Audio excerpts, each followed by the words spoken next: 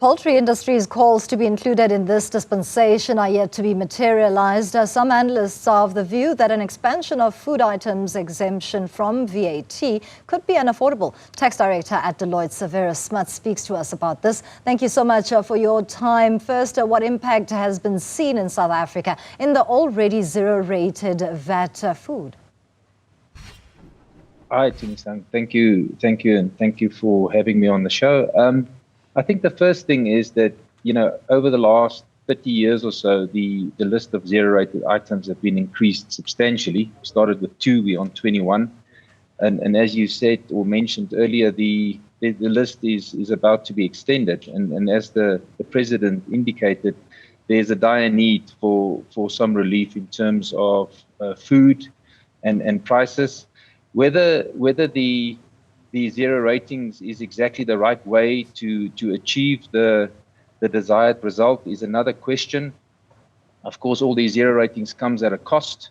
And the question, I suppose, is whether that cost could be better applied in terms of other relief measures for the very people that needs this. Let's talk more on the cost factor there, Severus, because some of the arguments from other analysts is that this could be unaffordable for an economy such as South Africa and our fiscal achievements. What other ideas are out there that would be better suited for South Africa to reach some sort of an equilibrium? Yes, absolutely. As you mentioned, this do come at a big cost.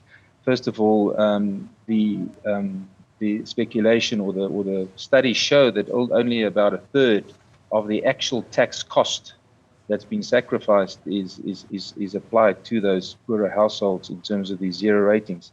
Well, I think there are a few other things that one can consider. It's previously been suggested by the CATS Commission that these, the tax could be better spent and it could be more directional to the very people that need this by way of social grants, or even old age pension grants. There's also some suggestions that one can increase the effectiveness of the feeding schemes at schools, and also other feeding programs directed at women, children, and the needy. Are we then saying that an expansion of the zero VAT-rated foods in South Africa could be maybe a misfire?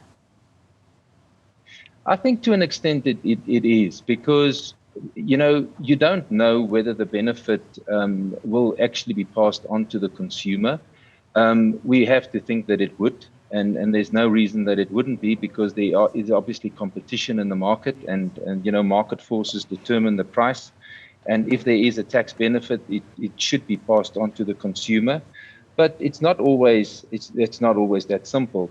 And I think another thing that needs to be borne in mind is that with these changes come interpretational issues, and also it's very important for the Treasury to define exactly what would be zero rated. In the past, there's been some talk about, what would be zero rated. Would it be poultry? Would it be the meat industry? If you open it up to the one industry, what do you say about the other industry? So I think there are some stumbling blocks to get over.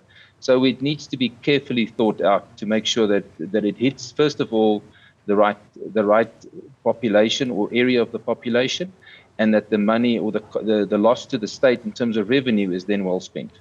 Thank you so much for your input. Severus Smuts is a tax director at Deloitte, talking to us in response to the latest comments on the expansion of zero VAT-rated foods in South Africa.